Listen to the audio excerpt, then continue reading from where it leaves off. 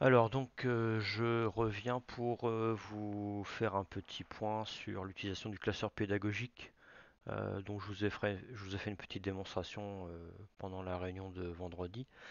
Donc on retourne dans le classeur pédagogique. Donc vous avez ici votre classeur qui va contenir vos activités, que l'on peut d'ailleurs organiser en dossier avec l'option créer un dossier. Donc on va juste s'intéresser nous à la création d'une activité et à la diffusion. Donc je crée une activité, donc il lui faut évidemment un titre. Et ensuite, vous allez avoir une succession d'étapes qui vont chacune contenir différents types de données. Donc on va les voir tous en revue, hein. Donc on commence par le chapitre. Donc le chapitre, c'est juste un moyen de mettre des titres pour organiser un petit peu vos contenus. Ensuite, vous pouvez taper du texte. Voilà, donc à chaque fois, pensez bien à enregistrer chaque étape. Donc là, le texte s'affiche. On peut euh, mettre une image. Alors, donc l'image, on l'ajoute ici. On va chercher un fichier sur son ordinateur. Et puis à côté, on peut écrire une description qui va être affichée à côté de l'image. Et toujours, j'enregistre mon étape. On continue. Alors, si vous avez à chaque étape, hein, vous avez un petit crayon qui permet de la modifier. Donc on revient à l'écran juste avant. Et puis un petit menu en dessous qui permet par exemple de monter ou descendre si vous voulez réorganiser, changer l'ordre d'affichage de chaque étape. Donc je vais la remettre en dessous. Hop, je la redescends.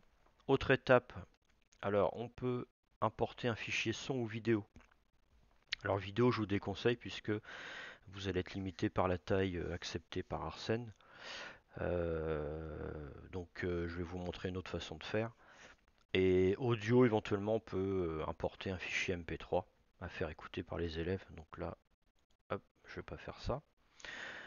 Ici, vous avez des formules scientifiques, donc pour une mise en forme un peu spéciale avec des signes mathématiques par exemple. Vous avez la citation. Donc la citation, c'est tout simplement un moyen de mettre en forme une citation justement. Donc on écrit la citation et puis les détails et quand on enregistre, voilà, vous avez la citation en gros et en dessous les détails, donc l'auteur, la date, etc. Donc voilà, c'est des moyens de mettre en relief certaines choses. Alors ici, l'enregistrement audio. Donc ça permet de vous enregistrer. Donc évidemment, il faut qu'un micro soit branché, hein, afin que l'élève puisse après écouter ce que vous avez à lui dire. Donc ça peut être intéressant pour les langues. Donc je vais faire un essai. 1, 2, 3, essai d'enregistrement. On appuie sur arrêter et ensuite ce qu'il faut faire c'est toujours enregistrer, hein. Là j'ai enregistré le son mais il faut enregistrer l'étape. Je peux tester. Voilà. On continue. Alors ici vous avez ce qu'on appelle le formulaire. Alors je ne vais pas vous le montrer puisqu'il faut d'abord le créer dans un autre endroit d'Arsène. Bon, ceux qui seront éventuellement intéressés, je pourrais vous l'expliquer, mais bon, dans l'urgence, je vais passer. Ici, un lien vers un site. Donc on met tout simplement une adresse internet. Alors si on ne veut pas que ce soit l'adresse qui soit affichée, mais un texte, on écrit le texte du lien et quand on enregistre l'étape, voilà. Donc plutôt que l'adresse internet, vous avez le texte sur lequel on peut cliquer pour aller vers le site. Ici, alors vous avez contenu externe. Alors contenu externe, c'est ici que on va par exemple coller le lien d'une vidéo YouTube. Je vous parlais des vidéos tout à l'heure, c'est ici que on va plutôt les mettre. Alors quand je vais enregistrer, l'intérêt c'est que les vidéos YouTube s'intègrent complètement, il n'y a pas de lien qui s'affiche, c'est directement la vidéo qui va s'afficher. On peut faire aussi ça avec le site Learning Apps qui permet de créer des petits exercices. Donc c'est pareil, quand on va importer le lien, l'exercice va s'afficher directement. Alors pareil pour Learning Apps, ceux qui seraient intéressés, je peux aussi leur expliquer comment ça fonctionne. On va voir aussi que dans Arsène, on peut faire des petits exercices à la fin. Ici, la pièce jointe, donc c'est là que l'on va déposer nos fichiers texte, nos cours, les devoirs maison par exemple, donc on choisit le fichier. Alors je vous conseille le PDF, hein. Donc là c'est pareil, une fois que j'ai importé mon fichier, je n'oublie pas d'enregistrer mon étape. Vous avez le logo qui correspond au format de fichier, donc le logo du PDF. Donc l'élève pourra télécharger ou alors directement voir un aperçu dans Arsène. Voilà. Donc ce qui est pratique, c'est qu'il va pouvoir lire le PDF sans quitter Arsène. Étape suivante, vous avez à retenir. Donc c'est pareil, c'est une petite mise en forme d'un texte.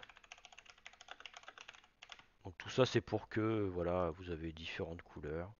Et quand j'enregistre mon étape, voilà, vous avez un petit logo, attention, bien apprendre le cours. C'est pareil, c'est pour que la lecture soit plus efficace. Et vous avez le nouveau module qui n'est pas très vieux dans Arsène, c'est l'exerciceur.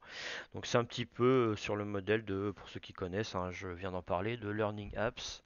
Donc vous avez plusieurs types d'exercices que l'on peut construire, des QCM, des glissés-déposés, des quiz arithmétiques, des textes à trous. Voilà, donc là je vous laisserai un petit peu fouiller.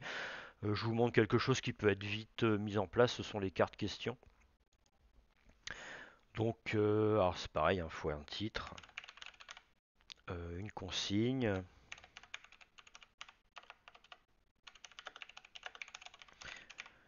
Et voilà, donc vous pouvez écrire plusieurs cartes. Donc vous avez la question, ensuite la réponse attendue. Une fois que vous avez fait ça, alors vous pouvez ajouter une image qui va illustrer la question. Bon, moi je vais rajouter la même image que tout à l'heure. Voilà. Je peux ajouter une question. Donc c'est pareil, on va continuer, hein.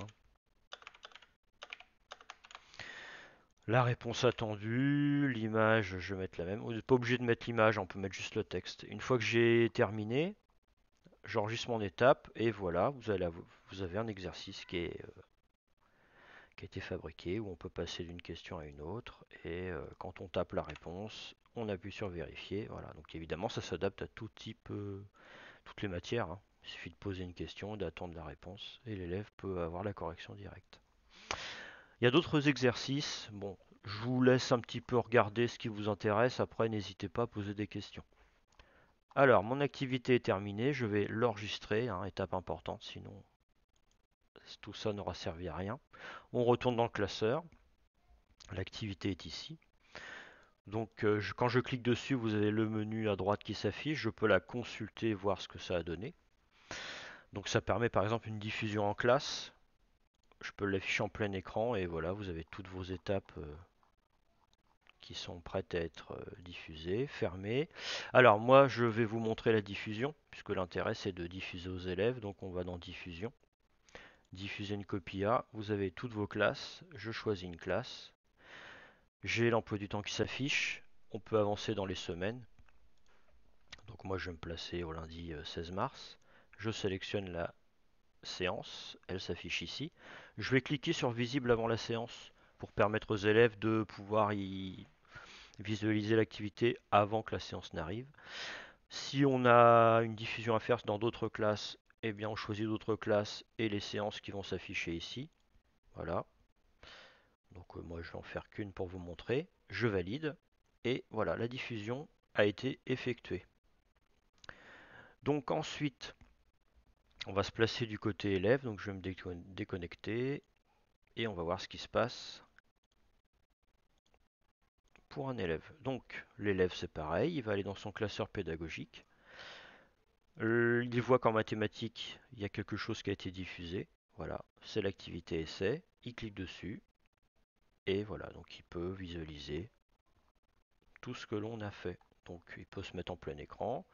Donc le titre, le texte, l'image, le son qu'on peut écouter. Voilà, ça fonctionne. Le lien vers le site, que ça va lui ouvrir un onglet vers le site que vous avez écrit ici. La vidéo YouTube. Donc il peut même les mettre en plein écran, hein, donc c'est comme sur internet. Le PDF qu'il peut télécharger et le questionnaire, voilà, qu'il peut remplir. Donc voilà pour la partie activité. Donc j'espère que j'ai pu vous montrer ce que l'on pouvait faire avec ça pour que les élèves puissent avoir les cours. Donc n'hésitez pas à envoyer des messages pour me poser des questions. Voilà, bon courage à tous.